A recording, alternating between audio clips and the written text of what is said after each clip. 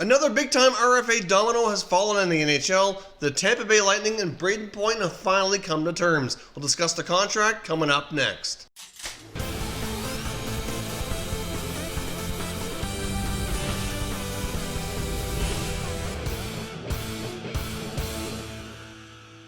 So welcome back to Top Shelf Hockey. As I mentioned, we have some breaking news from around the NHL. The Tampa Bay Lightning have finally come to terms with RFA forward Brayden Point. Now he's going to be getting a bridge contract, a 3-year deal which will pay him an average annual value of $6.75 million, which is really, to my opinion, a pretty solid deal. We've seen Tampa time and time again here with their younger superstars, get them to take these bridge deals, really help them manage their salary cap situation, and then extend them longer term after that, like we saw with Kucherov, we saw it with Stamkos, and now we're seeing it with Brayden Point. Now, of course, the Lightning do have a little bit of a tax advantage because of the state of Florida's income tax rules, so obviously he'll take home more of that money than another player making the same contract, in a different state or province with a different NHL team. Now, Brayden Point, of course, has proven to be an extremely valuable member of this Tampa Bay Lightning organization. He's really driven a lot of the play last year, and outside of Nikita Kucherov and his 120-plus points last year, I think you could probably fairly say that Brayden Point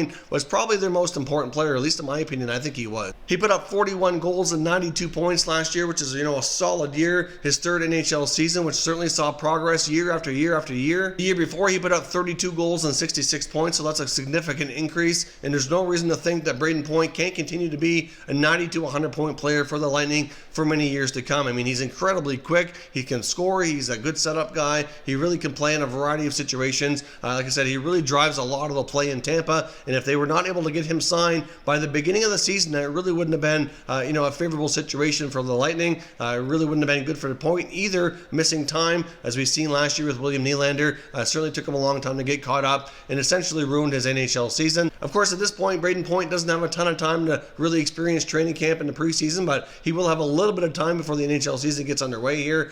So rather now than later, obviously, the sooner the better. He can get back with the team and get himself ready to go for the regular season. So this is a huge signing. We have another RFA domino to fall. So we will see if this contract will influence any of the other RFAs that are still remaining out there, like Matthew Tkachuk or Patrick Laine, Kyle Connor. Of course, those guys are still needing contracts to get into the NHL season. So we will see. There's not too many dominoes left to fall before all these guys get looked after and get back to playing hockey by the time the NHL season gets underway. So personally, I think this is a great contract for Point and the Lightning. I think it's going to be well earned. I think $6.75 million for what he brings for the next 3 years is a great deal. And after that, I fully would expect him to likely be extended on a 7 or 8 year contract at probably, a much bigger salary depending on where the cap goes over the next couple of years. So let me know what you think of this contract between the Lightning and Brayden Point and whether or not it will influence any of the other RFAs that are still out there.